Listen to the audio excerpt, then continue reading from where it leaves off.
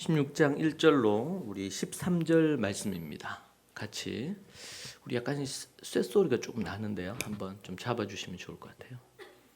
16장 1절에서 13절 말씀,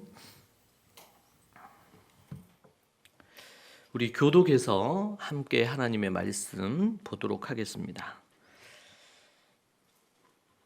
16장 1절을 제가 보겠습니다. 또한 제자들에게 이르시되 어떤 부자에게 청지기가 있는데 그가 주인의 소유를 낭비한다는 말이 그 주인에게 들린지라.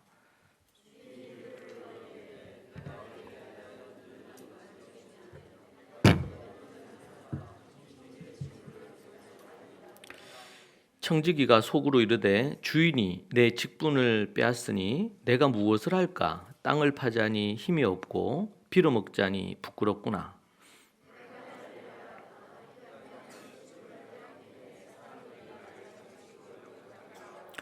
주인에게 빚진 자를 일일이 불러다가 먼저 온 자에게 이르되 네가 내 주인에게 얼마나 빚졌느냐?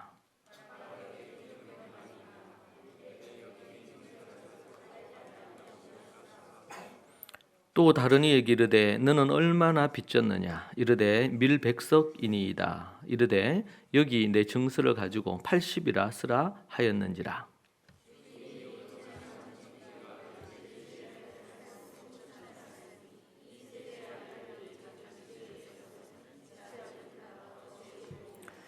내가 너희에게 말하노니 불의의 재물로 친구를 사기라. 그리하면 그 재물이 없어질 때에 그들이 너희를 영주할 처소로 영접하리라.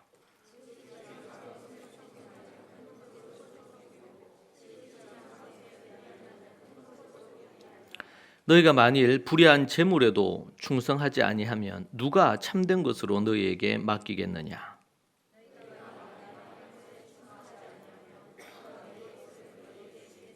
같이 봅니다.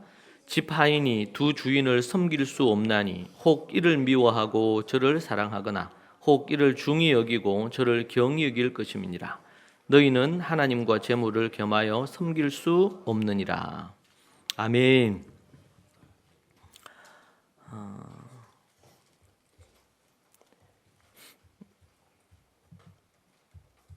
네, 오늘 우리 이 말씀으로 우리 요번에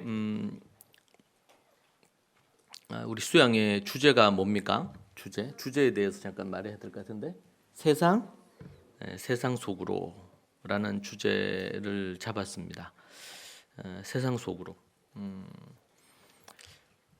그 전에 오늘 이제 우리 찬양을 하는데 찬양이 너무 참 은혜가 되는 것 같아요. 늘 찬양할 때마다 은혜가 되지만 제가 잠시 후에 우리 사진 하나 보여드리면서 어떤 얘기를 하려고 하는데 어제 밤에도 그렇고 오늘 아침에도 기도하면서 우리가 또 수양회니까 우리 교회가 지금까지 흘러오게 된 것에 대한 부분들에 대한 사진 하나를 보고 생각하게 됐습니다. 근데 오늘 우리 또 우리 몸이 많이 우리 안 좋거든요. 우리 입경자매 어디 있죠? 입경자매. 예. 입경자매가 우리 찬양 인도했던 입경자매가 몸이 계속 많이 안 좋아서 원래 우리 교회 찬양 인도자였습니다. 오랫동안 찬양을 인도하고 이렇게 했는데 오늘 오랜만에 이렇게 어제도 그렇지만 오늘 찬양을 이렇게 하는데 제가 너무 가슴이 뜨거워지는 거예요. 그리고 입경이 보는데 그래 눈물이 나. 그래가지고 제가 나이가 들어서 그런 건지 그래서 오늘 보는데 너무 마음이 감동이 되고 또 은혜도 되고 또 찬양하는데 너무 기뻤습니다. 위에서 여러분들 오랫동안 지금 건강의 어려움으로 그렇게 고생하고 있는데 여러분들이 많이 기도해 주시기를 바라고요. 세상 속으로라는 이 제목으로 이렇게 하게 된 가장 큰 것 중에 한 부분이 마태복음 5장 12절 이하의 말씀 보면 이런 말씀이 있죠. 오늘 우리 수양의 주제 말씀, 너희는 세상의 소금이니 소금이 만일 그 맛을 잃으면 무엇으로 짜게 하리요? 후에는 아무 쓸데없어 다만 밖에 버려져 사람에게 밟힐 뿐이니라. 너희는 세상의 빛이라. 산 위에 있는 동네가 숨겨지지 못할 것이요 사람이 불을 켜서 말 아래 두지 아니하고 등경 위에 두나니 이러므로 집안 모든 사람에게 비치느니라. 이같이 너희 빛이 사람들 앞에 비치게 하여 그들로 너희 착한 행실을 보고 하늘에 계신 너희 아버지께 영광을 돌리게 하라. 이렇게 말씀하고 있습니다. 너희는 세상의 소금이다. 그리고 세상의 빛이다. 이렇게 이제 말씀을 하는 부분이죠. 성도들의 어떤 정체성은 세상 속에서 그 정체성이 드러납니다. 교회 안이 아니라 물론 교회 안에서도 그렇지만 교회 밖인 이 세상에서 그 정체성이 드러납니다. 세상 속에 우리가 성도로서 그리스도인으로 살면서 어떻게 살 것인가? 우리가 대구교회 같은 경우에는 여기로 이전하고 나서 이전할 시점이죠. 재판하고 막 이렇게 해서 어렵게 이게 들어왔습니다. 그러고 나서 바로 이 코비드 19이 터졌죠. 일명 코로나가 터져서 그동안 여러 부분으로 어려움들이 또 많이 있었습니다. 한국교회 전체적으로 위기와 어려움을 맞기도 했죠. 그러나 코로나 저도로 못 돌아가는 것 같아요. 네. 지금 한국교회의 이런 부분은 코로나로 인해서 여실히 한국교회의 여러 모습들이 많이 드러나고 거의 뭐 한두 주에 한 번씩 정말 그 코로나로 인해서 가정에서 예배 드리거나 또 예배를 제대로 안 드렸던 수많은 가정들이 더 이상 신앙생활을 하지 않거나 아니면은 뭐 어머니나 아버지가 신앙생활을 그래도 연명을 하다가 이 코로나가 풀리는데 더 이상 교회를 가지 않는 이런 현실적인 상황들이 많이 일어나고 있는 것들을 봅니다. 우리가 어떻게 세상 속에서 우리가 이제 전도를 원래 이제 우리가 들어와서 대구교회도 그래서 우리 전도 집회도 하고 이렇게 하는 계획들을 갖고 이렇게 했었습니다. 그런데 이제 쉽지 않았죠. 코로나 기간 동안 그런 부분들을 지나고 이제 그러면서 이제 코로나가 풀리고 이런 와중에 과연 우리가 세상 속에서 성도로서 그리스도인으로 어떻게 살아야 되느냐 이 부분에 대해서 이제 생각하게 됐습니다. 그 부분에 대해서 여러분과 함께 또 나누려고 그런 마음을 가지게 됐고요. 사진을 하나 제가 우리 보내드렸는데 사진 하나 띄워 주시겠어요? 네, 이게 이제 2017년 사진입니다. 2007년 사진이에요.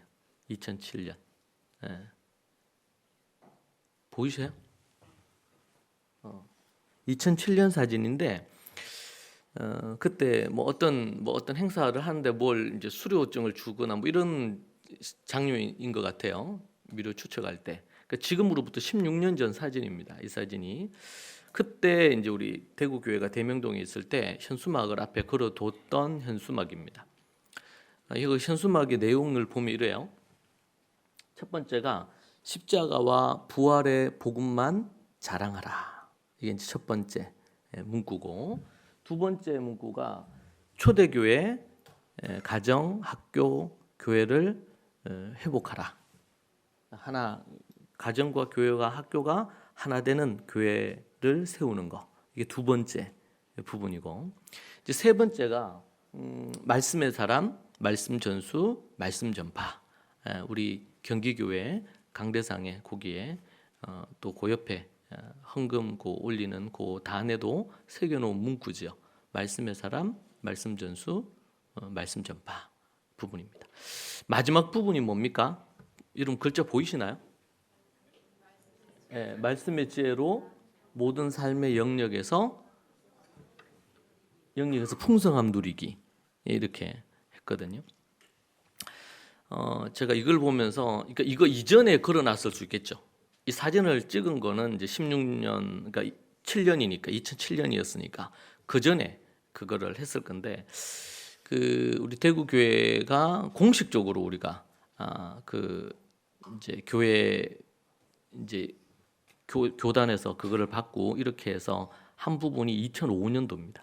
그러니까 2007년도에 찍은 사진이거든요. 그러니까 그 전에부터 걸어뒀을 수도 있고 제가 기억이 정확치는 않는데요. 거기 보니까 하나님의 그 지혜로 삶의 모든 영역에서 풍성함을 누리는 것, 풍성함을 누리는 것. 지금 이제 우리가 잠언을 드디어 하게 됐어요. 그러니까 그때 이제 말씀을 연구하고 이렇게 하면서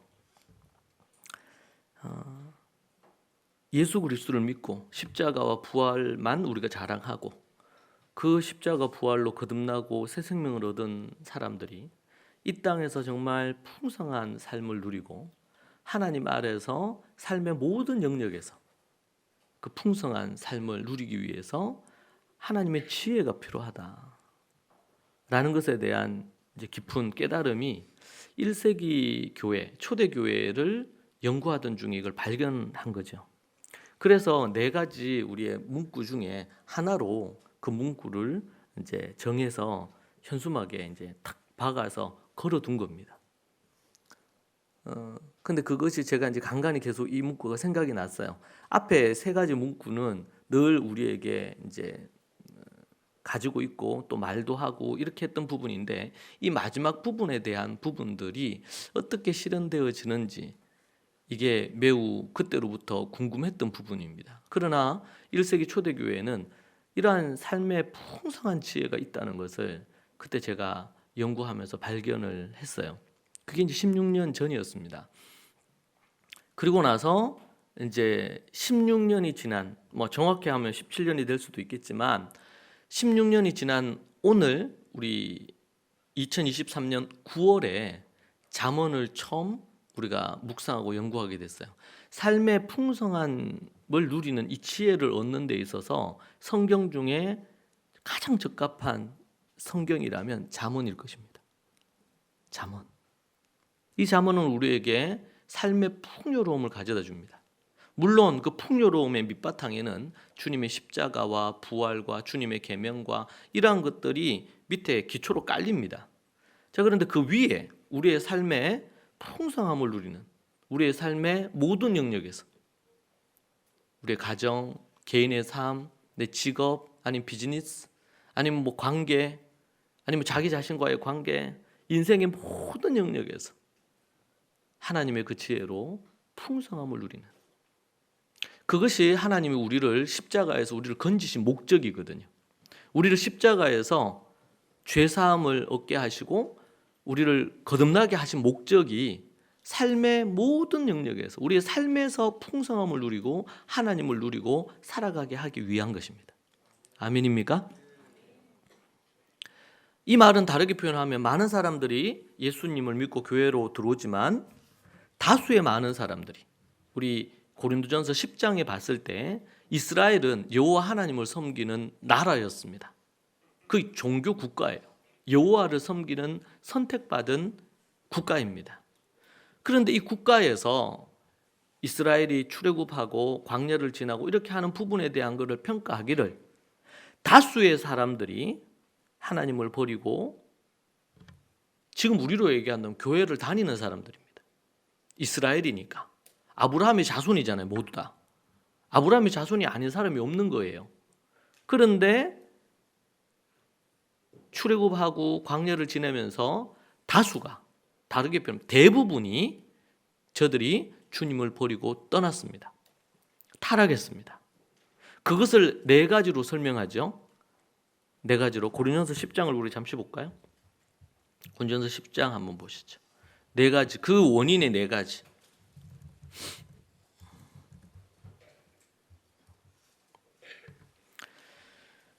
1절에 형제들아, 고린도전서 10장 1절입니다. 형제들아, 나는 너희가 알지 못하기를 원하지 아니하노니 우리 조상들이 다 구름 아래 있고 바다 가운데로 지나며, 여기 불 켜주셔도 될 것 같아요. 위에 모세에게 속하여 다 구름과 바다에서 침례를 받고 다 신령한 같은 신령한 음식을 먹고 다 같은 신령한 음료를 마셨으니 이는 그들을 따르는 신령한 반석으로부터 마셨음에 그 반석은 곧 그리스도시라.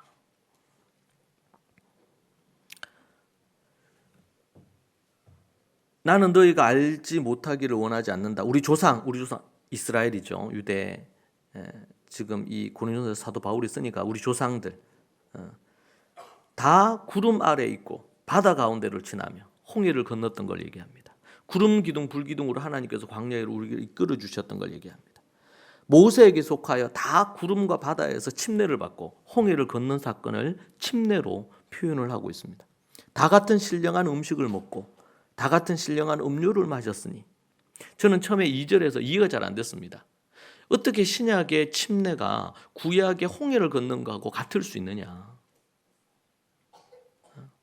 근데 제가 이제 1세기 랍비들의 성경을 해석한다든지 이런 등등의 부분을 연구를 단연간 하면서 깨달은 게, 사도 바울이 지금 홍해 사건을, 여기 이런 해석이 처음이에요. 이렇게 해석하는 것이.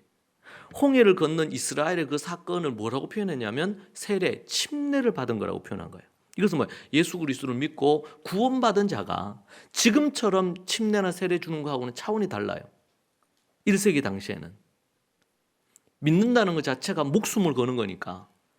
제가 최근에도 연구한 거에 보면 1세기 교회 당시에는 함께, 그러니까 원한다고 이렇게 올 수 있는 게 아니에요. 예배를 드리러. 거의 1년 정도의 시간을 거쳐서 그 사람이 교회가 아닌, 예배가 아닌 개별적인 만남을 통해서 그 사람의 구원이 확인이 되고, 그리고 또 그 사람의 영적인 훈련을 통해서 이 사람이 진정으로 영적인 가치를 갖고 주님을 온전히 섬기고 목숨을 걸고 믿음을 지키겠다는 것에 대한 명확한 확인이 될 때, 그래서 이제 예를 들면 어떤 사람이 전도를 할 거 아니에요. 그렇게 하는데 이 사람이 어떤지 모르잖아요. 그래서 이 사람이 개인적으로 이 사람을 양육하고 이 사람이 어느 정도 믿음이 있고 이렇다는 게 확인이 됐어요. 그러면은 거기 있는 지도자나 리더 중에 한 사람이 이 사람과 함께 이 사람을 섬기거나 이런 일들을 거의 짧게는 6개월에서 길게는 1년 내지 2년까지도 하는 거예요. 그러고 나서 그게 충분히 확인되었을 때, 그 사람이 세례나 이제 침례를 받을 수 있는 상황이 되었을 때 처음 예배의 자리에 오는 거예요. 1세기 당시에는. 제가 그걸 보고 참 많이 놀랐어요. 왜냐하면 제가 설교를 할 때마다 갖는 고민 중에 하나는 뭐냐면, 때로는 믿음이 연약한 사람도 있고 또 때로는 불신자도 예배에 참여할 수 있잖아요. 근데 어디에 초점을 두고 설교를 해야 되는가, 이런 생각이 들어요. 왜냐하면 이 초신자도 그렇고 또 아니면은 또 아예 안 믿는 사람도 그렇고 또 아니면 신앙이 오래된 사람들에게는 또 신앙생활을 하면서 갖는 이런저런 갈등이 있으니까 좀 주제가 다를 수가 있겠죠. 그런 부분들에 대한 얘기를 하는 부분을 봅니다. 오늘 이제 말씀 볼 때 침례를 받다 그랬어요. 이건 이제 바울의 해석입니다. 바울의. 물론 하나님의 계시를 따라서 이렇게 해석했겠죠. 그러나 그 당시에 랍비들이 성경을 해석하거나 예수님 당시에도 그렇고 성경을 해석할 때 구약의 어떤 말씀을 이런 형태로 해석하는 경우들이 있었습니다. 이것이 해석 방법 중에 하나였어요. 우리는 좀 약간 의아하죠. 저는 처음에 이 말씀을 대했을 때 좀 처음에 의아했어요. 왜 모세에게 속한 이스라엘이 출애굽에서 홍해를 건넌 사건, 그리고 구름과 바다라 그랬잖아요. 그러니까 구름 기둥으로 그들을 이끄시는 이것을 체험한 이 사건을 뭐라고 표현하냐면 침례라고 표현한다. 침례.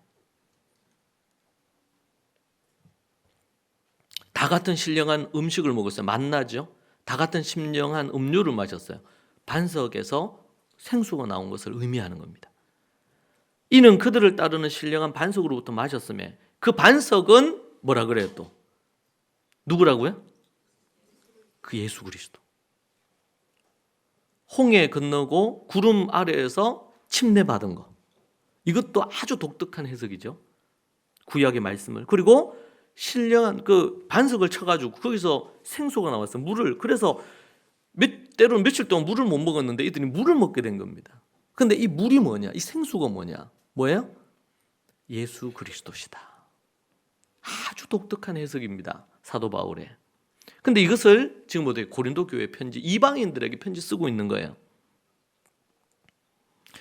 이 5절에 그러나 그들의 다수를 이렇게 해서 침례받고 예수 그리스도, 신약에서는 예수 그리스도를 그분이 오셔서 십자가에 달려 죽으시고 부활하셨으니까 예수 그리스도가 명확한데, 구약에서는 눈에 보이시는 예수님의, 성육신 예수님이 없잖아요. 그런데 예수님은 그때에도 계셨어요, 안 계셨어요? 계셨고 갖가지 많은 부분. 그래서 다니엘과 세 친구의 사건에 있었을 때도 그때 어때요? 불구덩이에 들어갔을 때도 그때 또 다른 플러스 한 사람이 있었죠. 예수 그리스도시라고 그렇게 해석을 합니다, 대부분의 학자들이. 구약에서도 창조 그때로부터 시작해가지고 모든 부분 속에 그리스도가 계셨어요. 자, 그런데 그 말은 뭡니까? 4절까지의 말은 출애굽한 그들이 대부분 다 침례도 받았고 뭐도 했어요? 뭐도 한 거예요?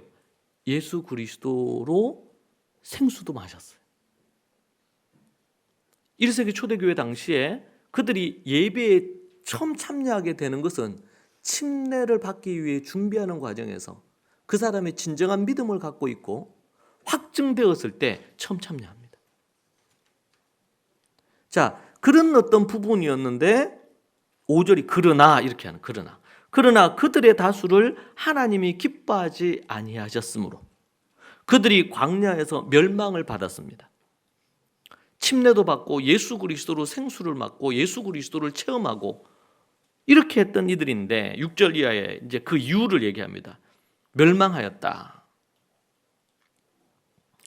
6절에 이러한 일은 우리의 본보기가 되어 우리로 하여금 그들이 악을 즐겨한 것 같이 즐겨하는 자가 되지 않게 하려 함이라. 악을 즐겨하지 않도록 우리를 위해, 지금 유대인이든 이방인이든 우리 모두에게 주신 하나님의 말씀이다. 그러면서 7절에 그들 가운데 어떤 사람들과 같이 너희는 우상 숭배자가 되지 마라. 그들이 광야를 지나면서 멸망하게 됐던 첫 번째 사건이 우상 숭배 사건이었습니다. 그죠? 금송아지 만든 사건이죠. 우상 숭배하지 마라. 우상 숭배, 기록된 바 백성이 앉아서 먹고 마시며 일어나서 뛰논다 하더라. 모세가 시내산에 올라가서 하나님의 이 율법을 받고 나서 들고 내려오는데 밑에서 춤추고 노래하고 난리가 난 겁니다. 자세히 보니까 어떻게 해요? 어떤 일이? 금송아지를 만들어 놓고 그 앞에 절을 하고 춤을 추고. 이 금송아지가 우리를 출애굽시켰다. 우리를 인도하신 여호와다. 이렇게 한 겁니다. 그들의 멸망의 첫 번째 원인 우상숭배. 두 번째 8절에 그들 중에 어떤 사람들이 음행하다가 하루에 23,000명이 죽었습니다. 우리는 그들과 같이 뭐 하지 말자? 뭐 하지 말자? 음행하지 말자. 음행하지 말자. 잠언 말씀에서 계속 반복해서 나오는 게 음란입니다. 음란. 음행이죠. 음행. 세 번째. 첫 번째는 우상숭배, 두 번째는 음행, 세 번째는 그들 가운데 어떤 사람들이 주를 시험하다가 뱀에게 멸망하였나니 이는 우리는 그들과 같이 시험하지 말자. 주님을 시험한 거예요. 그렇죠? 시험했어요.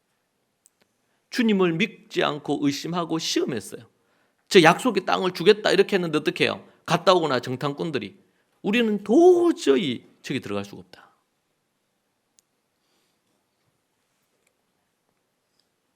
마지막 네 번째로는요, 그들 가운데 어떤 사람들이 원망하다가 멸망시키는 자에게 멸망하였나니 너희는 그들과 같이 원망하지 마라. 대표적인 인물들이 고라와 250명의 일당들입니다. 모세를 향해서, 아론을 향해서, 미리암을 향해서 대들었지요. 야, 너희들 형제들이 다 해먹네. 그때 고라가 레위 족속 중에서는 조금 돋보이는 사람이었어요. 좀 뛰어난 사람이었습니다. 고라를 중심으로 해가지고 르우벤 지파하고 같이 합세해가지고 모세를 향해서 대적하는 일이 있었어요. 원망하는 일이 있었어요. 결국에는 저들이 땅이 갈라져서 저들을 삼켜버림으로 죽음을 맞게 되죠. 이 사건 네 가지, 이 본문에서 우리에게 주는 메시지는 매우 좀 중요합니다. 저들이 침례도 받았고 저들이 예수 그리스도로 생수도 먹었고, 그러니까 전혀 하나님을 모르는 자들이 아니란 말이죠. 그런 이들이 뭐 우상 숭배하고 이렇게 하나님을 모독하고 뭐 이렇게 했으면 이렇게까지 얘기되지 않을 건데, 문제는 저들이 침례를 받았고 지금 신약으로 얘기한다면 예수 그리스도를 믿는 자라고 고백하는 자들이에요. 그런데 그들이 어떻게 됐어요? 다수가 하나님의 기쁨을 얻지 못하고 멸망했어요. 지금 이 얘기를 왜 고린도 교회에 합니까? 고린도 교회 안에, 그들 안에 뭐가 있어요? 원망이 있고 우상 숭배가 있고 음행이 있고 다 있는 거예요, 이 내용들이. 이 말은 뭐냐? 너희들이 이스라엘이 멸망한 것처럼 너희들도 멸망하려느냐? 저들이 지금 침례 받았죠. 은사도 많죠. 예수 그리스도 믿는 자들 아닙니까? 고린도 교회 성도들은. 근데 그들 안에 음행이 있고 원망이 있고 패거리를 나누어서 다투고 이런 일들이 확 있는 거예요.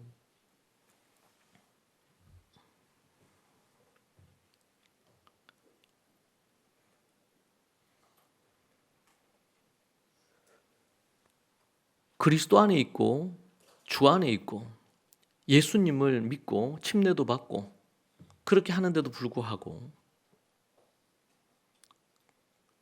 하나님이 주신 지혜로 풍성한 삶을 누리지 못하는 거예요. 도리어 죄악 가운데 하나님의 심판의 대상이 돼요.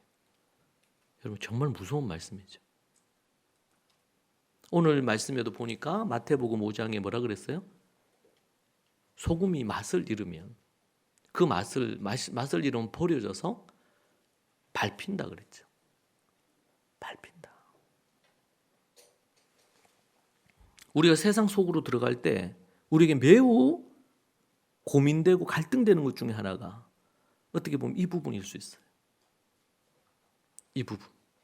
여러분, 초대교회는 핍박이 있었고 고난과 역경이 있었고 예루살렘 초대교회가 그랬음에도 불구하고 마태복음 우리 사도행전에 보면 저들의 모습이, 저들이 너무나 소수였고 핍박과 박해를 받음에도 불구하고 저들이 서로 사랑하는 모습 때문에, 그리고 다른 나사렛 당이 아닌 다른 이들을 대하는 그 사랑하는 모습에 주변 많은 이웃들과 많은 사람들이 감동을 받았습니다.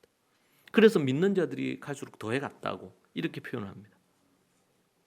오늘 말씀으로 한다면 저들의 모습 속에 소금의 맛이 나고 빛이 드러난 거죠. 착한 행실이 드러나게 된 것입니다.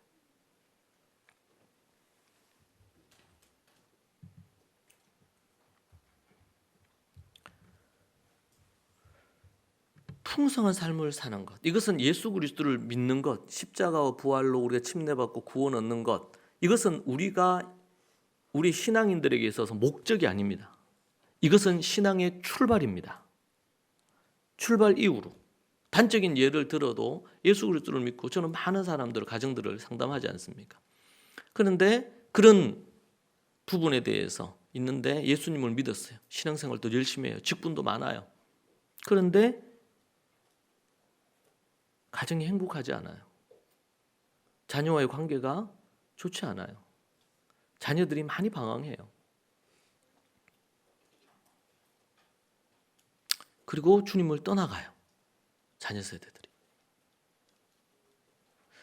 예수 그리스도의 십자가 부활로 우리가 구원받은 그것으로 인하여 그 이후에 우리가 누려야 될 가정에서의 믿음의 사람이 길러지는 이 곳이 가정이 돼야 되잖아요.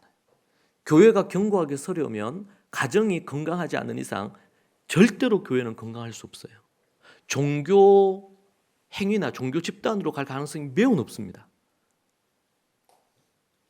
교회 와서 예배 드리고 필요하면 헌금하고 필요한 봉사를 하고, 이것이 신앙생활이 아니고 하나님과의 관계 속에 그 하나님을 찾고 마음과 뜻과 힘을 다해서 하나님을 사랑하고 주야로 그 말씀을 묵상하고 그 말씀 안에 거하기 위해서 몸부림치고 하나님의 그 말씀을 자기는 죽고 그리스도가 내 안에 살기 위해서 몸된 교회 안으로 자기를 밀어넣고 자기는 죽는 거예요. 그러기 위한 영적인 삶 자체가, 여러분 가정에서 이게 살아나야 된다는 게 뭡니까? 가정에 있어요. 가정에서 자녀면 부모가 있고 조부모가 있을 수 있겠죠. 근데 부모의 삶의 모습이 많은 지금 교회를 떠나는 이 다음 세대나 젊은이들이 얘기하는 게 어떤 얘기냐면 부모의 모습 속에서 하나님을 볼 수가 없다. 부모가 교회에서 보이는 모습과 가정에서 보이는 모습의 차이가 너무 크다는 갭이. 때로는 험하게 하고 함부로 하고 여러 부분에 대한 것들이 있는데 교회에서는 아버지가 거룩한데 집에서는 그렇지 않단 말이에요. 때로는 아내를 폭행하고 막 상스러운 말들을 하고 이런 어떤 부분에 대한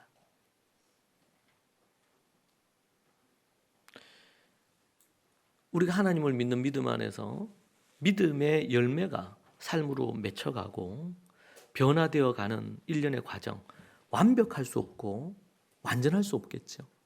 그런 부분에 있어서 변화가 이루어지기 위하여 몸부림치고 그 부모가 갖고 있는 신앙을 자연스럽게 자녀에게 넘겨주는 이게 정직한 말씀 전수입니다. 그래서 가정이 그렇게 중요한 거예요. 예루살렘 교회가 핍박을 받았습니다. 더 이상 예루살렘에 있다가는 다 죽게 생겼어요. 그래서 전 세계로 흩어졌습니다. 스데반 순교 사건 이후로. 전 세계로 흩어져서 전 세계로 흩어진 이후에 그들이 가는 곳곳마다 그러니까 전 세계로 흩어졌는데 그때 당시에는 10대 중후반에 20대 되기 전에 다 결혼을 했으니까 다 흩어져서 가는 곳곳마다 가정들 몇몇 가정들이 335 모여가지고 교회를 세우고 학교를 세우고 그리고 나서 함께 믿음 생활을 했단 말입니다. 그때 아버지 어머니가 가진 믿음 조부모가 가진 그 믿음을 그대로 전수하는 그것이 바로 로이스, 어머니 유니게 그리고 손자인 디모데 3대의 믿음이 그렇게 이제 자리를 하죠. 이게 그러니까 예루살렘 교회는 없어졌어요. 왜? 핍박을 받으니까 목숨을 그거 하기 위해서 다 흩어졌으니까요. 예루살렘에는 사도들 몇 명 외에는 없게 된 거죠. 그런데 가는 곳곳마다 예루살렘에 있던 3,000명, 5,000명 그 큰 교회가 다 흩어져서 어떻게 됐어요? 수백, 수천, 수만 교회로 흩어진 거예요. 가는 곳곳마다 교회를 세웠어요. 여러분 그것이 지금까지 2000년 동안 유럽을 거쳐서 아시아로 해서 지금은 남미 아프리카까지 이렇게 복음이 계속 전파되게 된 것이죠. 근데 거기에 여러분 매우 중요한 게 뭡니까? 사도들이 따라간 게 아니잖아요. 가는 곳곳마다 뭐 했어요? 교회를 세웠는데 누가 세웠어요? 누가? 아버지, 어머니, 가정이 교회를 세웠어요. 가정이. 선교사로 가서 목사나 선교사가 교회를 세운 게 아니고 그렇죠? 예루살렘에 왔습니다. 오순절날. 예루살렘에 와서 예루살렘에서 하나님 앞에 예배드리는데 성령이 강력하게 임재하시면서 오순절 성령 강림 사건이 일어났습니다. 그러니까 전 세계에서 흩어져 있던 이들이 왔다가 그리고 나서는 어떻게 했어요? 자기 고향으로 다시 돌아갔죠. 자기가 살고 있는 터전으로 다시 돌아간 거예요. 다시 돌아가서 거기에서 복음 전하고 또 교회를 세웠어요. 안 믿는 유대인들이 예수님을 안 믿는 유대인들이 예루살렘에 왔다가 다 성령의 강력한 은혜와 체험을 하고는 예수님을 믿고 본국으로 다 돌아간 겁니다. 돌아가서 복음을 전해서 예수님을 믿게 된 사람들이 로이스, 유니게예요. 그러니까 이들이 이제 유대교에서 나사렛 땅으로 개종을 하고 나서는 디모데에게 예수님의 복음을 전하면서 나중에 바울을 만났을 때 디모데가 가정에서 길러진 또 학교에서 하나님의 말씀으로 길러진 디모데가 바울의 선교팀에 바로 합류를 합니다. 왜? 이미 유대 교육을 받았고 하나님 앞에 필요한 부분들에 대한 준비가 되어 있었고 그렇게 되니까 바울이 왔을 때 바울이 전한 복음 팀에 함께 들어가서 선교 사명을 함께 감당하는 거예요.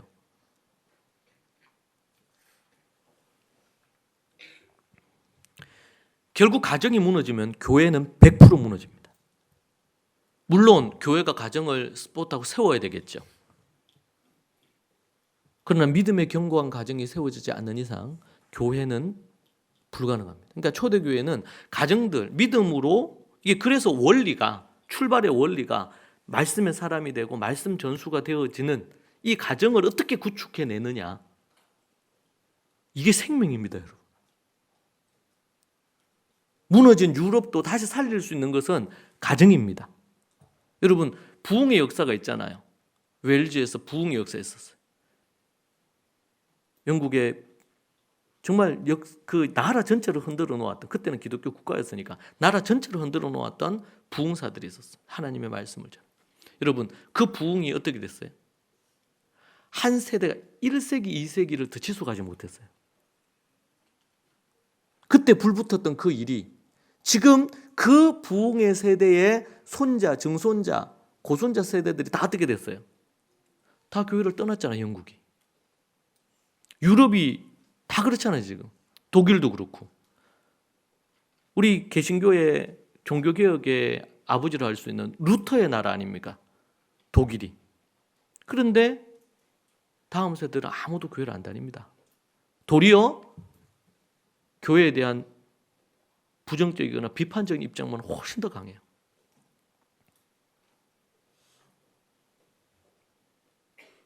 한 사람이 하나님 앞에 구원 얻고 구원 얻은 그 사람이, 문제는 유럽이나 이런 부분에 부흥의 역사가 있었는데, 미국에서도 뭐 최근에도 미국에서 어디에서 그 회개의 역사, 너무 감사한 일이에요. 근데 문제는 그게 어떻게 지속될 거냐의 문제예요. 근데 이스라엘은 지금 2000년이 지나잖아. 2000년이. 그 사이사이에 부흥도 있었겠죠. 그러나 그런 것보다는 그들 안에서, 가정에서 믿음으로, 부모와 관계 안에서 믿음이 전수된 거예요. 그러니까 믿음에서 떠나질 않아, 다음 세대 자녀들이. 그러니까 계속 어떻게 됩니까? 그 다음 세대도 그렇고, 그리고 또 자녀들을 여럿 낳으니까. 그러면서 어떻게 해요? 이웃들에게 또 복음을 전하면서 조금씩 외부에 늘어나는데, 자녀 세대를 잃어버리지 않으니까. 자녀 세대를. 그러니까 어떤 상황에서 순식간에 일어났던 어떤 그 부흥하고는 비교되지 않는, 그리고 가정과 학교와 교회가 하나가 돼서 이 다음 세대를 믿음으로 세우는 일에 애쓰고 수고한단 말이에요. 근데 지금 현대는 어떻게 변했습니까? 더 이상 교회를 다니는 사람을 정말 신뢰할 수 있는가? 아, 저 사람은 예수 믿는 사람, 교회 다니는 사람인데 저 사람 무슨 말을 해도 믿을 수 있다. 과연 그런가? 이제는 어떤 이런저런 자료에 보면 이제는 한국 교회를, 대한민국 국민들이 걱정한다. 교회가 저래서는 안 되는데. 뭐 여러 가지 문제도 있죠. 매스컴의 영향도 있을 겁니다. 그런데 이런 갖가지 많은 뭐 세습 문제, 또 공금 관련돼서 횡령하는 문제, 이 성적인 어떤 타락의 문제, 이런 것들이 계속 뉴스거리로 잊을만 하면 다시 등장하고, 이런 일들이 계속 생기는 겁니다.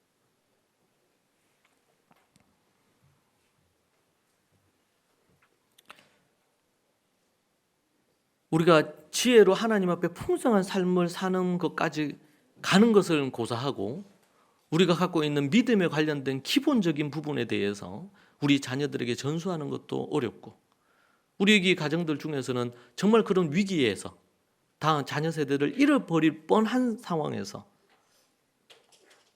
건짐을 받고 믿음 안에서 자녀들과 함께 믿음을 함께 나누고 공유하고 이렇게 할 수 있는 부분에서 구사일생으로 건짐받은 가정들도 우리 중에는 있습니다.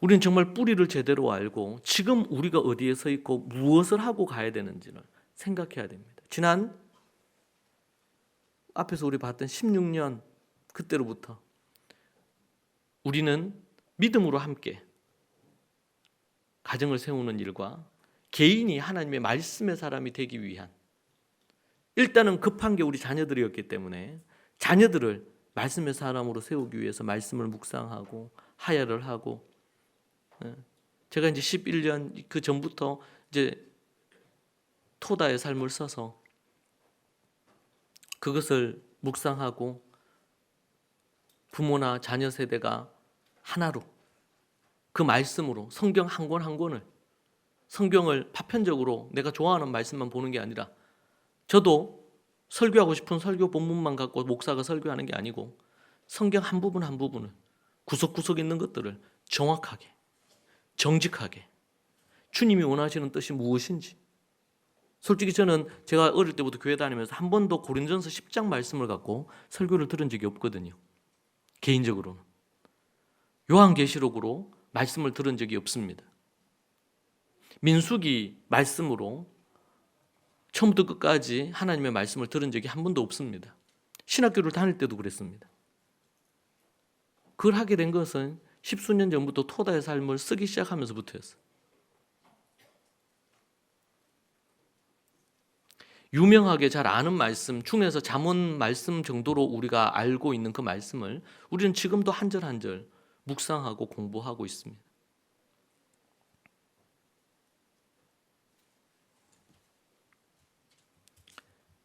정말 이 시대에 말씀이 정확하지, 성경의 말씀, 하나님이 우리에게 주신 말씀과 우리 교회가 지향하거나 교회들이 알고 있는 말씀이 다를 수 있겠구나.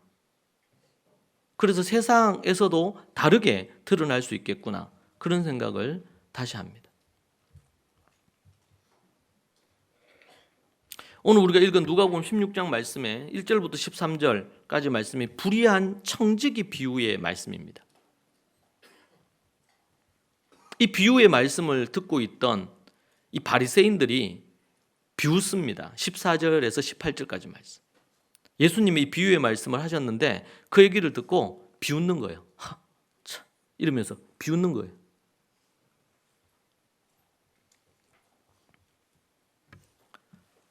그러고 나서 19절 이하에 우리가 읽은 말씀 그 뒷부분으로 보면 19절에서 31절까지가 부자와 나사로 얘기가 나옵니다.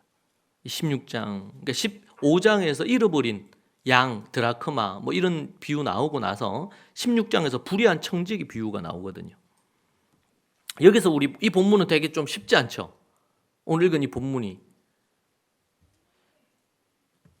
어려워하는 말씀이기도 합니다. 왜냐하면 우리가 갖고 있는 전제가 있습니다. 전제가 윤리나 도덕적인 기준이 있어요. 그런데 그 기준과는 다른데 잘못된 것을 옳다고 하시는 것 같은 거, 이 비유에서. 그래서 우리가 이게 참 이 본문이 어렵습니다. 그런데 우리가 그렇다는 것은 우리가 갖고 있는 고정관념, 우리가 갖고 있는 기존의 어떤 가치, 이런 것들을 뒤집어 놓는 메시지라고 볼 수 있겠죠. 이 말씀에 보면 1절에 보면 이렇게 나옵니다. 또한 제자들에게 이르시되 어떤 부자에게 청지기가 있는데 그가 주인의 소유를 낭비한다는 말이 그 주인에게 들린지라. 주인이 그를 불러 이르되 내가 네게 대하여 들은 이 말이 어찌 됨이냐. 네가 보던 일을 셈하라. 청지기 직무를 계속하지 못하리라. 잘렸어요. 청지기에서. 청지기라는 이 청지기는 여러 주인이 있는데 주인에게 종들이 많이 있었겠죠. 그 종들을 총괄하는 어떤 역할인 것으로 보입니다. 이 청지기는 종들이 많이 있었지만, 청지기들이 있었지만 대표 청지기. 그런데 그가 주인의 소유를 낭비한다는 거예요. 그리고 주인의 소유를 갖고 자기가 함부로 쓰거나 마음대로 하는 이런 일들이 있었습니다. 3절에 청지기가 속으로 이르되 주인이 내 직분을 빼앗으니 내가 무엇을 할까? 주인이 나를 이제 자른 거예요. 그러면 내가 이제 무엇을 해야 될까? 땅을 파자니 힘이 없고 빌어먹자니 부끄럽구나. 내가 할 일을 알았도다. 이렇게 하면 직분을 빼앗긴 후에도 사람들이 나를 자기 집으로 영접하리라 하고 주인에게 빚진 자를 일일이 불러다가 사람을 이제 불러요. 불러서 뭐예요? 먼저 온 자에게 주인에게 빚이 얼마냐? 100마리입니다. 그러니까 증세에다가 50으로 쓰란 말이에요. 50으로 줄여주는 거예요. 또 다른 사람에게는 빚을 졌는데 밀 100석이에요. 80으로 쓰라고. 8절에 주인이 이 옳지 않은 청지기가 옳지 않은 청지기예요. 불의한 청지기지. 옳지 않아요. 이런 짓을 하는 게 옳아요, 틀려요? 이 주인에게 맞는 거예요, 틀린 거예요? 주인에게 뿐만 아니라 상식적으로 이거는 나쁜 짓이지. 동의 안 됩니까? 이게 뭔가 숨어 있는 뭐가 그런 거 없어요. 옳지 않은 청지기가 있는데 일을 지혜 있게 함으로 나쁜 청지기가 옳지 않은 청지기가 일을 지혜 있게 하는 거예요. 칭찬하였어. 그래서 칭찬하는 거예요. 뭐야? 이 세대의 아들들이 자기 시대에 있어서는 빛의 아들들은 하나님을 믿는 사람들을 얘기합니다. 그들보다 뭐하다? 더 지혜롭단 말이에요. 이 8절이 너무 중요하거든요.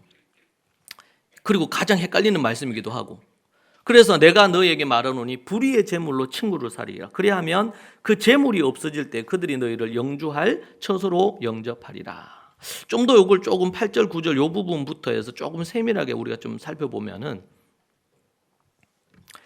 이 주인은 재산 관리하는 청지기의 불의한 행동에 대해서 경고하고 해고를 했죠.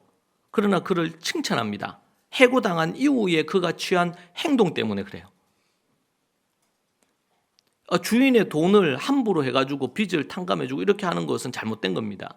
그러나 그 돈, 그 빚진 거 이런 것을 해결하는 데 있어서 아주 능숙하고 신속하게 자기의 앞길을 찾는 거예요.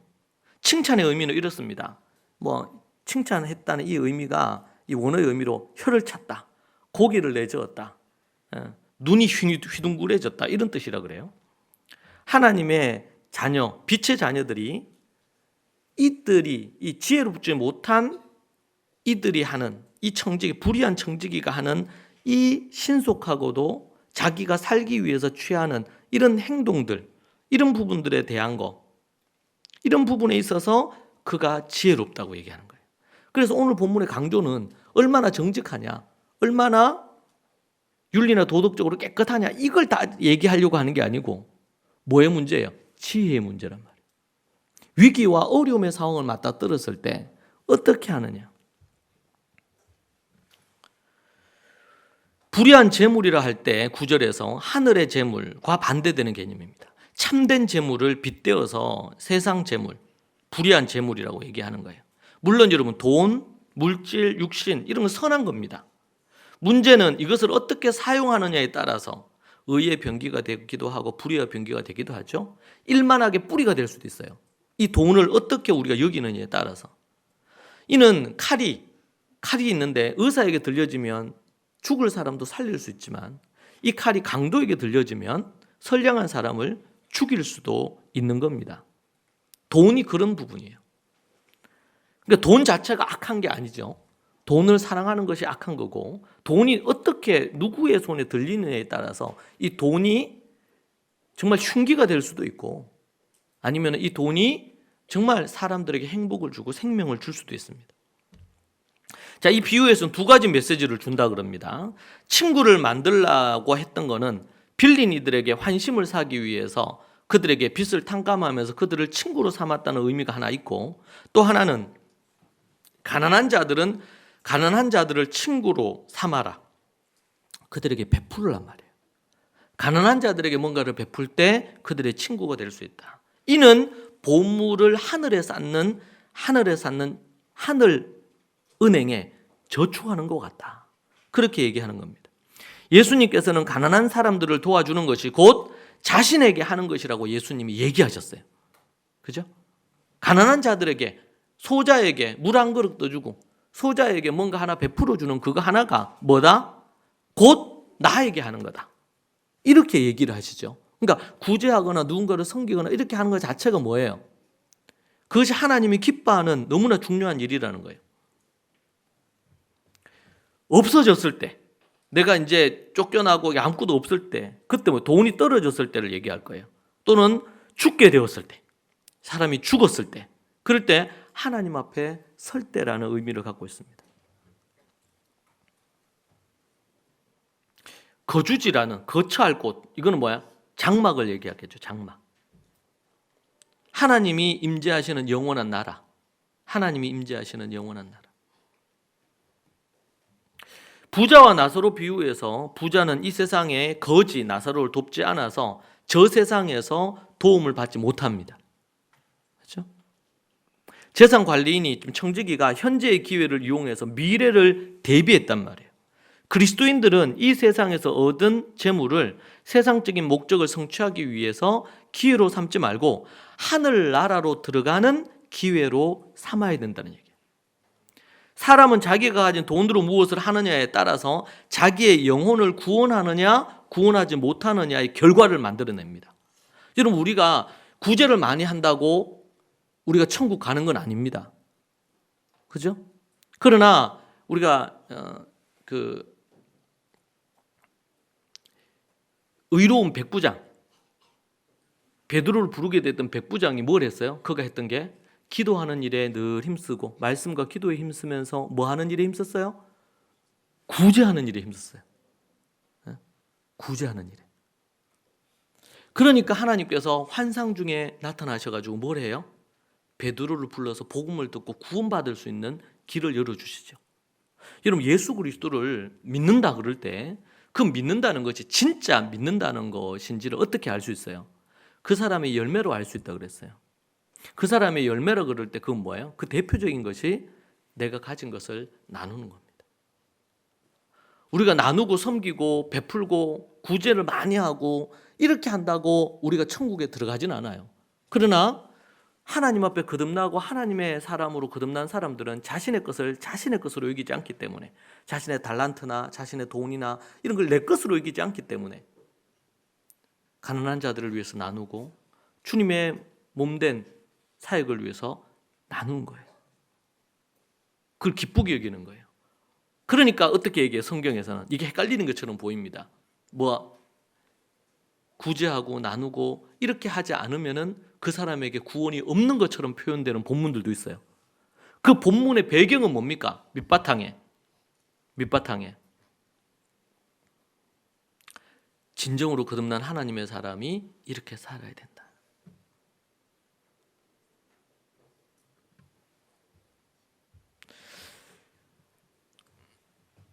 그래서 예수님이 뭐라 그랬어요? 부자가 천국 들어가는 것이 낙타가 바늘기로 들어가는 것보다 더 어렵다는 거예요. 왜? 부자는 돈을 너무나 중하게 여기거든.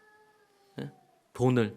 근데 정말 보면 한 번씩 얘기를 들어보면 큰 세계적인 랭킹에 드는 부자인데 전 재산을 사회에 환원하는 이런 어떤 경우들도 있죠. 이런 경우들도.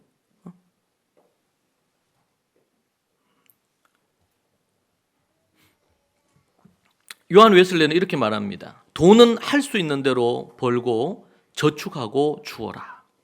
돈은 할 수 있는, 자기가 벌 수 있는 대로 벌고 그리고 저축하고 그리고 나누어 주어라. 또 이렇게도 얘기하면 진정한 회개는 호주머니가 회개해야지 진정한 회개다. 이렇게 얘기를 합니다. 그 사람이 진짜 구원받고 하나님의 사람이 된 것이 바로 그런 부분으로 나타난다고 얘기하는 것이죠. 자, 그런데 오늘 이 불의한 청지기의 얘기 속에 우리가 또 생각을 해야 될 것은 이런 겁니다. 지금 하나님께서 비유를 들어서 얘기를 합니다. 그런데 이 불의한 청지기가 나쁜 짓을 해요. 그죠? 정직하지 않았고 그 주인의 돈을 함부로 하고 이렇게 했어요. 그렇게 했는데 지금 칭찬을 받은 이유가 뭡니까? 자신이 이제는 잘려요. 더 이상 어떻게 할 수 없어. 그렇게 하니까 어떻게? 자신의 앞길을 그가 하기 위해서 뭐 합니까? 방법을 강구해서 해결을 하죠. 어떤 문제가 생겼을 때 그 문제를 풀어가는 부분에 있어서 지혜를 얘기하는데요. 이 불의한 청지기는 그 지혜로 칭찬을 받습니다. 그렇다고 해서 그가 한 짓이 뭐 잘했다 이렇게 얘기하는 건 아니에요, 본문이. 그러나 여기서 우리에게 가르쳐 주려고 하는 건 뭐예요? 하나님의 빛의 아들들이 불의한 세상의 아들들보다 더 지혜롭다. 이 부분에 있어서는. 그 부분에 있어서는 더 지혜롭다는 거예요. 여러분, 우리는 이 말씀을 통해서 뭘 한 가지 배울 수 있냐면 잠언 말씀에서 뭐라 그랬어요? 우리는 개미에게 가서 배우라 그랬어요. 한낱 미물이야. 그죠? 우리가 뱀이를 뭐 그들 때나 봅니까 잘. 그런데 개미가 갖고 있는 부지런함, 개미가 갖고 있는 어떤 그 열심, 삶에 대한 어떤 미리 준비하고 대비하는 어떤 자세, 이런 부분들. 그렇죠? 여러분, 우리가 세상 속으로 들어갈 때 가져야 되는 매우 중요한 태도 중에 하나는 뭐냐면 우리는 예수 그리스도를 믿고 십자가와 부활로 구원 얻고 이렇게 하는 승리의 메커니즘을 버려야 된다 그럽니다. 이게 대표적으로 드러났던 것이 십자군 전쟁이었어요. 우리는 예수님을 믿고 우리는 뭐예요? 그렇게 한다.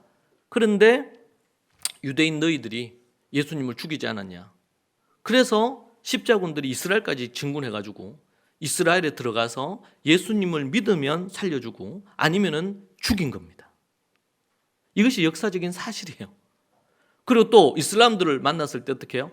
이슬람들 그들을 쫓아내고 죽이고 저들의 부녀자들을 급탈하고 이런 짓을 했어요. 물론 상대적인 부분에 있어서도 했죠. 그런데 십자가 깃발을 들고 다니면서 사람들을 죽이고 아니면 교황이나 아니면 사제들의 이권을 위해서 약탈을 한다든지 이런 일들이 있었습니다. 이게 승리주의 세계관이에요. 우리는 예수 그리스도로 승리했고 우리는 그렇게 했다. 그렇게 하니까 어떻게 해요? 함부로 해도 된다는 거예요. 여러분 그것은 성경이 우리에게 가르치는 가치가 아닙니다. 역사 속에서 왜곡되고 잘못된 교회의 모습이 여러분 그런 것들이 우리 그리스도인들에게도 있을 수 있어요. 여러분 우리는 세상 속으로 들어갈 때에 나는 예수님 믿는 사람이다. 나는 하나님의 자녀다.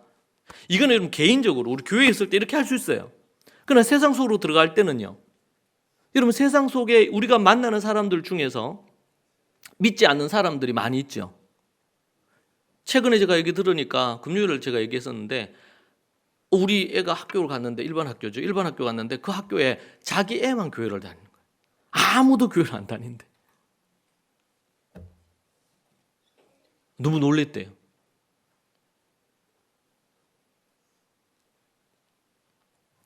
근데 세상 속으로 그리스도인들 들어갈 때 세상 속으로 들어갔을 때 우리가 그런 관점을 갖고 들어가게 되면 교만해지고 함부로 판단하고 정죄하고 이런 바리새인들이 가진 특징이 그런 거죠.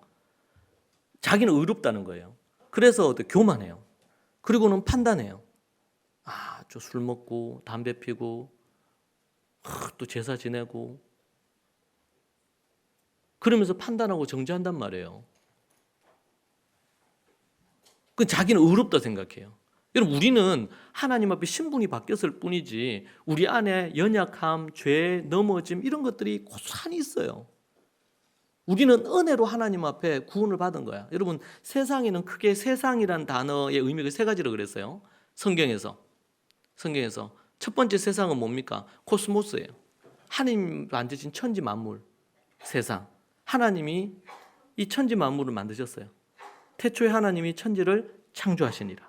이게 세상입니다. 세상. 첫 번째 뭐라고요? 네, 코스모스. 하나님 만든 이 세상. 우주 만물. 이게 세상이에요. 성경에서는 이걸 세상이라고 말해서 두 번째 또 하나는 세상에 있는 모든 사람들. 하나님이 세상을 이처럼 사랑하사. 그죠? 이때 세상은 뭡니까? 악하고 더럽고 추하고 이런 세상입니까? 하나님이 세상을 이처럼 사랑한다 그래. 이 세상은 우리는 이 말씀을 읽을 때 하나님이 창조를 사랑하사 자기 이름 넣곤 하잖아요.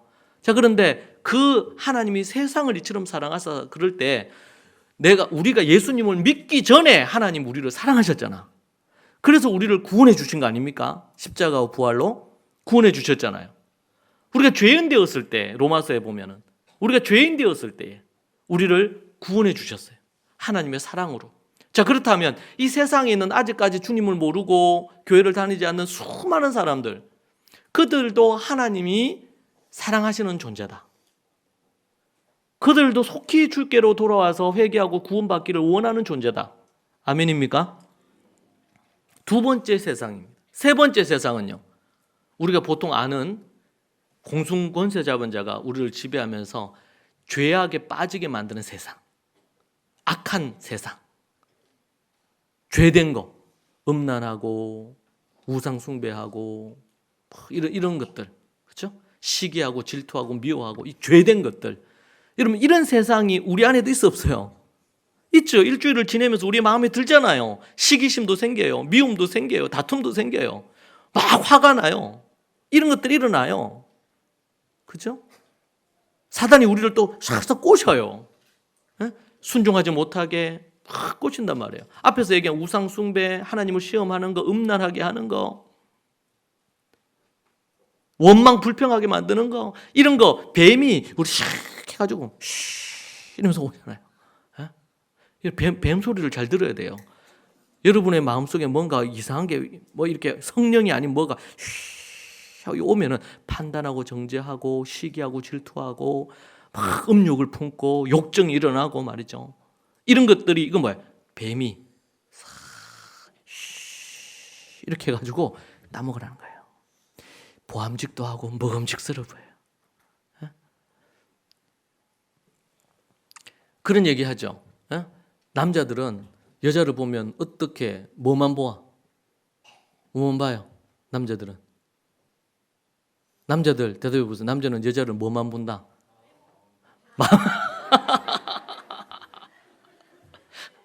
마음? 이렇게 얘기하는 것 같아요. 뉘앙스가. 우리 아주 할렐루야, 우리 아주 김간사가 아주 성령 충만해요. 근데 한 번씩 우리가 뭐 매스컴에 이렇게 나오는 거 보고 그러면 무조건 남자는 여자를 얼굴만 보죠. 예쁘면 다 끝나요. 뭐 가난해? 아무 상관없어. 예쁘면 돼. 성질이 더러워. 괜찮아요. 예쁘면 돼. 그 예를 들면 그 애 어떠냐? 뭘 물으지? 다른 것 때문에 마음이 예쁘고 뭐 다 필요 없고 뭐야? 예쁘냐? 이건 보는 거예요. 이게 뭐야? 뱀이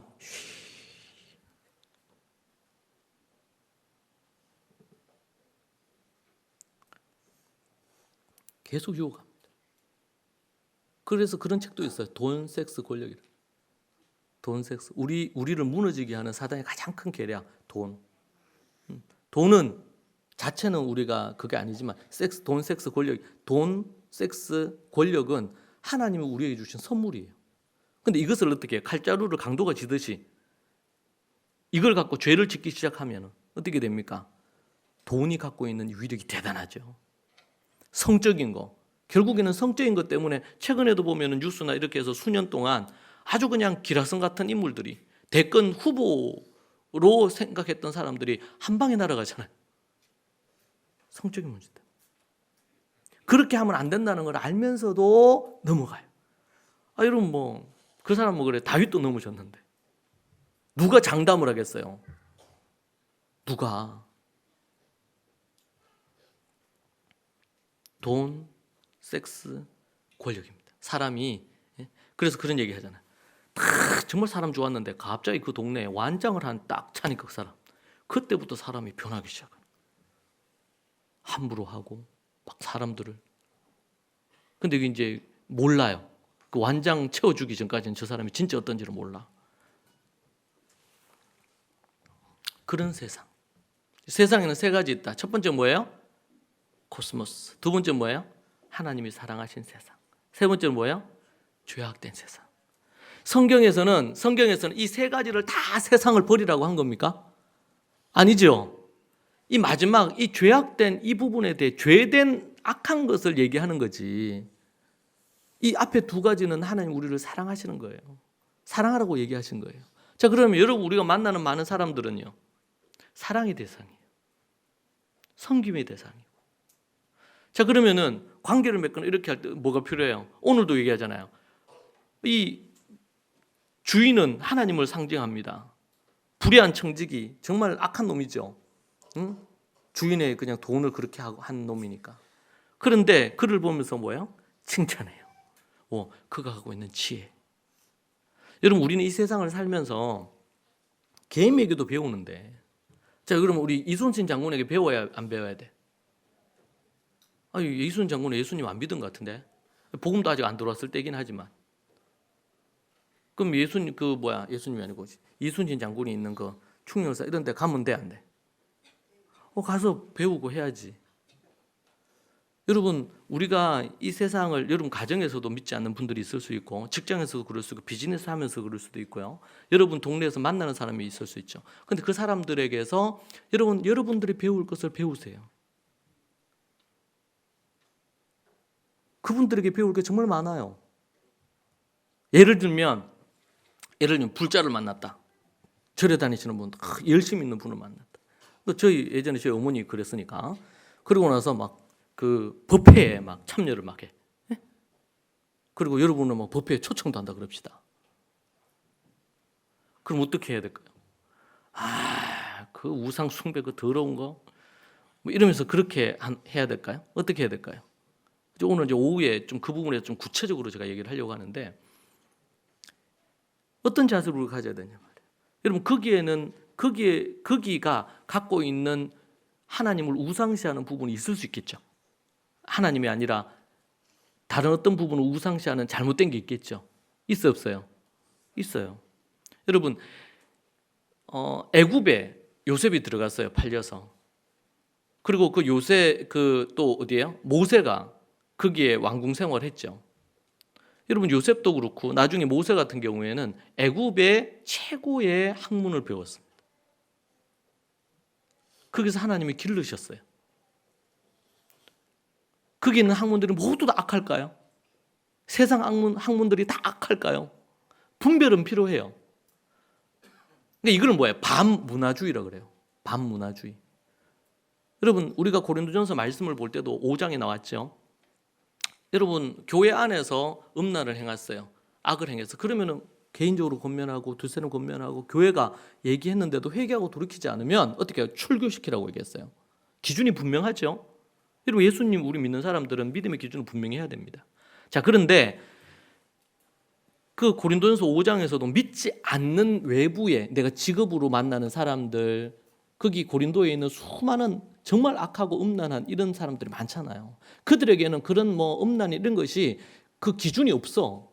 왜? 하나님을 모르니까, 하나님을 두려워하지 않으니까 그런 기준이 없어요. 그리고 별 죄책감도 없어요. 그럼 그런 사람들을 대할 때 야, 김 사장 참 음란하네. 그 사람이 예를 들면 어떤 이렇게 좀 불의하게 한다. 응? 사람이 정직해야지 그런 식으로 하냐 말이야. 자칫 잘못하면 우리 크리스찬들이 그렇게 모든 걸 접근할 수 있다는 거예요. 근데 사도 바울은 그럼 그들과 다 결별해야 되냐 이렇게 고린도 교회가 묻잖아요. 그럼 우리 비즈니스 하는 사람도 길드에서 함께 일하는 조합에서 일하는 사람들이 있는데 그 당시에 길드가 발달했거든요. 거기에 있는데 그럼 그 사람 다 결별해야 되냐? 그러니까 사도 바울이 뭐라 그래? 그럼 우리가 어디에 들어가 살아야 돼요? 우리끼리 모여서 산에 들어가 살아야지. 어떻게 이 세상에서 어떻게 사냐? 이게 뭡니까? 기준이 다른 거예요. 그 당시에 교회 안에 들어왔다는 것은 앞에서 얘기한 것처럼 1년 여년 동안 예수님을 믿을지 안 믿을지 해가지고 들어오는 거예요. 그럼에도 불구하고 믿음이 연약하고 넘어지는 사람들도 있어. 그렇게 들어왔어. 근데 들어온 그 사람들이 하나님 앞에, 근데 그들은 하나님을 믿잖아요. 예수 그리스도를 믿고 믿음 안에 서 있잖아요. 그리고 말씀을 배우잖아요. 그럼에도 불구하고 양심을 저버리고 양심이 환히 맞은 것처럼 죄를 짓는다. 이러면은 필요하면 훈계하고 징계를 하란 말이에요. 그러나 교회 밖에 있는 사람들은요. 그런 기준이 있다 없다? 없어요. 자기 나름의 어떤 철학 이런 걸 갖고 인생을 살아요. 그러니까 그 사람들을 성경의 그 기준을 갖고 판단하고 이렇게 하면 된다 안 된다? 바울이 고린도전서 5장에서 얘기한 게 그거 아닙니까? 저는 솔직히 그 말씀이 엄청 충격이었어요. 어떻게 성경을 그렇게 읽었는데도 그 말씀은 다 안 들어왔을까? 정말 어느 시인이 얘기한 걸 자세히 봐야지 보이는 것 같아요. 자세히 연구를 해야 이게 명확하게 보이는 것 같아요. 그리고 제가 이제 생각이 드는 거예요. 개인에게도 가서 배우라 그랬는데 하나님이 세상을 이처럼 사랑할 때는 그 사람은 뭐야? 하나님의 형상으로 지음받은 사람이에요. 맞습니까? 근데 그가 타락을 했단 말이에요. 우리도 그랬죠. 우리는 승리주의 이 세계관에서 벗어나야 돼요. 승리주의 세계관은 뭐냐면 내가 위에서 보는 거예요. 위에서. 나는 하나님을 믿고 난 하나님의 자녀다. 그러면서 위에서 보면서 사람들을 판단하고 정죄하고 우리가 하나님의 자녀라는 정체성을 갖고 우리가 하나님 앞에서 용납받았음을 알고 사랑이 더 깊어지고 우리가 더 다른 사람 용납하는 게 더 깊어지고 인내가 깊어지고 겸손해져야 되겠죠. 그런 부분으로.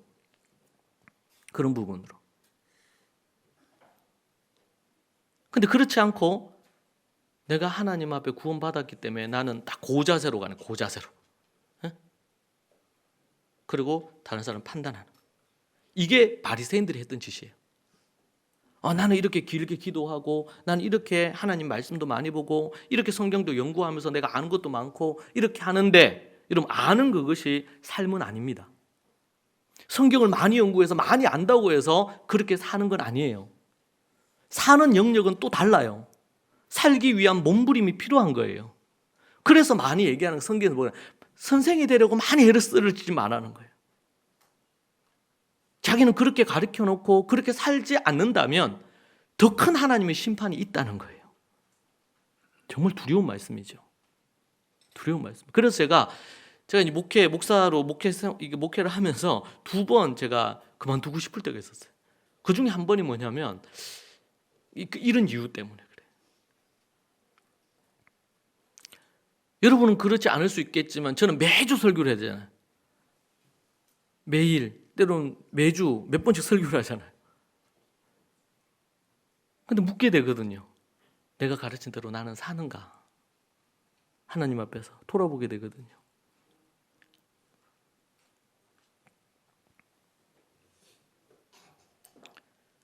우리 주님께서 불의한 청지와 관련해서 지혜롭게 행하는 그 모습을 보고, 지혜롭게 행하는 그 모습을 보고, 그런데 빛의 자녀들이 뭐가 부족하다? 뭐가 부족하다? 지혜가 부족하다. 말의 지혜가 부족하고, 우리 크리스찬들이 보면 말의 실수가 많아. 그래서 믿지 않는 자들에게도 그렇지만 교회 안에서도, 이 교회 안은요, 우리 가족이잖아. 여러분 각 가정들이 있잖아요. 각 가정에서 있는데, 각 가정이 있는데 그 가정에서 자녀가 좀 실수하고 이렇게 해도 괜찮아. 그럼 좀 모욕하고 이렇게 책망하고 교정을 해주고 훈련시키면 되니까. 그런데 이제는 어른이 됐는데, 성인이 됐는데 나가서 교회에서 아니면 직장에서 다른 세상에서 막 그렇게 한다. 그러면은 참 이게 어려운 거예요. 네? 어려운 거야. 교회 안에서는 우리가 부족하고 이렇게 할 수 있어요. 그런데 믿지 않는 자들을 만났는데 예습관이 올라오는 거예요. 막 혈기를 부리고 막 소리를 지르고 막 함부로 사람들을 대하고 예수님 믿는데 갑질을 막 하고 친절하지 않고 쉽게 판단하고 정죄하는 말들을 하고. 그래서 제가 얘기하죠. 여러분 어디 뭐 하다가 택시를 탑니까? 네? 요즘은 이제 뭐 카카오 이런 게 있어서 그런데 택시 타고 어디까지 가고 그러면 어디에서 내리고 그러면 잔돈은 웬만하면 받지 마. 기 타고 가면서 목사님 어디 장로님 뭐 실컷 대화하고 나서는 막 자기 골목골목에 자기 바로 집 앞까지 택시 가자 그러고 그리고 내려가지고는 뭐 그리고 뭐 이렇게 저는 이제 요즘은 이제 카카오 불러서 가기도 이렇게 하는데 그거 하고 그러면 그냥 한 1,000원 정도 더 얹습니다. 웬만하면 제가 택시 타고 어디 움직이고 그러면 내가 목사인 줄 대부분 알아요. 말 안 해도 어떻게 아는지 몰라. 알아요.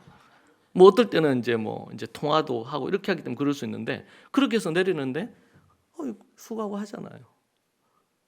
제가 이제 동대구에서 제 집까지 뭐 멀질 않습니다. 그런데 택시를 타야 될 일이 있어요. 그러면은 그게 가깝거든요. 그러면 그 택시 줄 서 있는 데는 제가 안 타요. 좀 약간 한참 걸어가서 택시를 탑니다. 타면은 그 얘기하면 돈을 그 가는데 기본 요금밖에 안 나오거든요. 그러면은 한 1,000원이나 이렇게 더 얹어 드려요.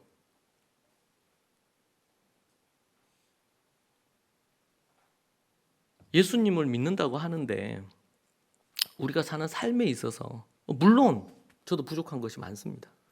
우리가 부족한 게 많아요. 저나 여러분이나. 그런데 하나님 앞에서 믿는 자로서 우리에게 필요한 합당한 어떤 그런 빛의 열매가 돼야 된다 그러잖아요. 착한 행실. 착한 행실.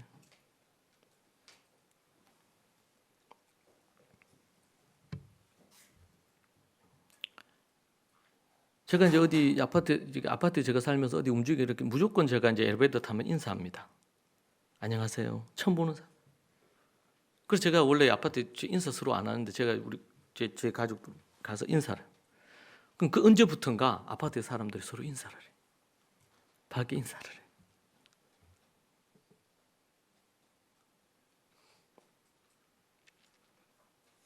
때로 우리가 예수님 믿으라고 하고 막 이렇게 필요해요. 그런데 더 중요한 것은 우리가 그리스도를 교회를 드러내는 하나의 마커란 말이에요. 그런 부분에서 우리의 모습이, 우리의 인격이, 우리의 삶이 더 중요한 부분이에요. 그러기 위해서 뭐가 필요해요? 말의 지혜가 필요하고, 우리의 행동의 지혜가 필요하고, 생각의 지혜가 필요하고, 돈을 쓰는 부분에 대한 지혜가 필요하고, 그렇죠? 삶의 모든 부분에 있어서 풍성하게 삶을 살게 하는 지혜가 필요하다. 지혜가. 여러분, 우리 안에 혹 바리새인과 같이 외식주의, 외식주의, 사람들 거룩한 척, 깨끗한 척, 나는 좀 나은 척. 어떻게 보면은 우리 신분이 그리스도의 하나님의 자녀가 된 것 외에 예수님을 믿지 않는데 더 인격적으로 성숙한 사람도 있을 수 있습니다. 그렇죠? 그런 부분에서 겸손한 자세가 필요해요. 공자가 얘기했다 그러죠. 저 사람 몇 명이 걸어가면 그 중에 한 명은 반드시 배울 게 있는 사람이면 뭐예요? 스승이지. 그런 자세와 마음을 가져야 돼요. 그래서 외식할 필요 없어 우리는. 맛있는 거 먹으러 가는 외식은 많이 하셔요. 그런데 내가 뭔가 나는 좀 잘난 것처럼, 나는 있는 것처럼, 나는 좀 거룩한 것처럼, 그거 세상 사람들이 볼 때 역겨워합니다. 싫어해요. 우리 크리스찬들끼리도 싫잖아요. 또 율법주의, 이렇게 하면 안 돼요. 율법으로 모든 걸 판단하는 거예요. 정죄하는 거예요. 그러면 안 된다. 그래서 하지 말아야 될 게 뭐야? 판단, 정죄, 비판. 절대로 하면 안 됩니다. 그건 여러분 입 밖에 내지 마세요. 입 밖에 내지 마세요. 목사님, 나는 다른 건 틀린 말은 안 합니다. 이런 사람들이 있어요. 틀린 말은. 맞는 말이야. 근데 맞는 말인데 되게 기분 나쁘게 얘기하는 사람들이 있어요. 이 부부 사이도 그래요. 내가 언제 틀린 말 했나? 막 이러면서 싸우잖아요. 근데 맞는 말인데 되게 기분이 나빠요.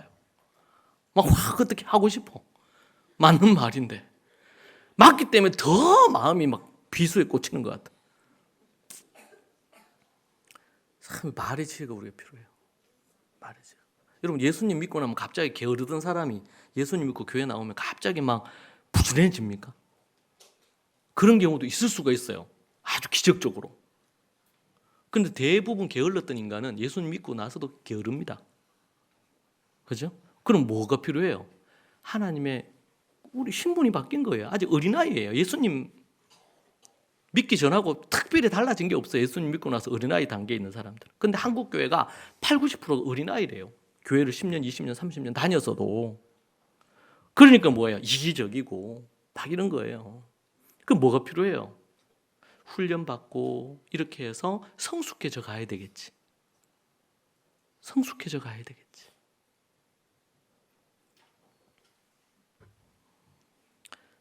여러분 우리가 하나님 앞에서 빛이 되고 소금이 되어야 됩니다. 이것은 내가 믿는 믿음을 아느냐 모르느냐의 문제가 아니에요. 알고 있는 그것을 갖고 어떻게 사느냐 이게 문제지. 정말 여러분의 표정을 보면은 다른 사람들이 세상 사람들이 진짜 어제도 나오대요. 뭐 살롬, 샬롬 뭐 이런 거 다 샬롬. 그 얼굴에 샬롬이 있는지. 우리 얼굴이 우리의 뭐예요? 간판. 교회의 간판, 신앙의 간판. 그렇죠? 그런 부분에서 우리가 훈련해야 돼. 말하는 것, 행동하는 것, 이런 거. 그게 뭐야? 삶의 모든 영역에서. 이 꾸며내는 게 아니에요. 거짓되게 꾸며내서 이렇게 우리 사람들 보일 때는 이렇게 하고 속은 이중적인 생활을 하는 거잖아요. 그게 아니라 일관되게. 그러면 우리의 삶이 정직해야 되겠죠. 삶에 정직하게 우리가 노력하고 애를 쓰는 거예요. 이러면 하나님이 이걸 중요하게 여기시는 거예요. 구속받아서 하나님의 목적에 합당한 삶을 사는 거. 안 그러면 어떻게 돼요? 소금이 밟히는 거예요. 저런 게 예수 믿는다고? 예수 믿는 것들이 저렇다고? 이게 무서운 거예요. 이게.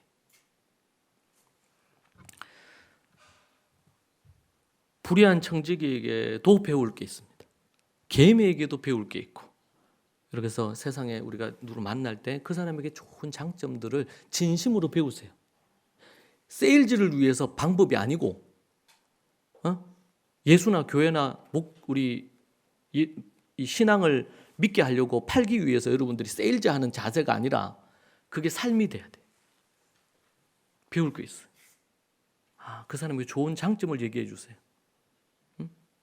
그런 부분에서 우리가 배우려는 모습, 배우려는 자세 너무 중요합니다. 우리가 이 세상 속으로 들어갈 때 매우 중요한 것 중에 하나. 여러분, 우리가 만나는 사람들 중에서 제가 아는 어떤 분은 자기 가족들 중에 아니면 자기 그 지인들 중에 이 동성애자가 있어요. 우리 예를 들면 동성애는 우리가 받아들일 수 없는 거죠. 주님이 기뻐하시지 않는 거, 그건 분명해요, 기준이.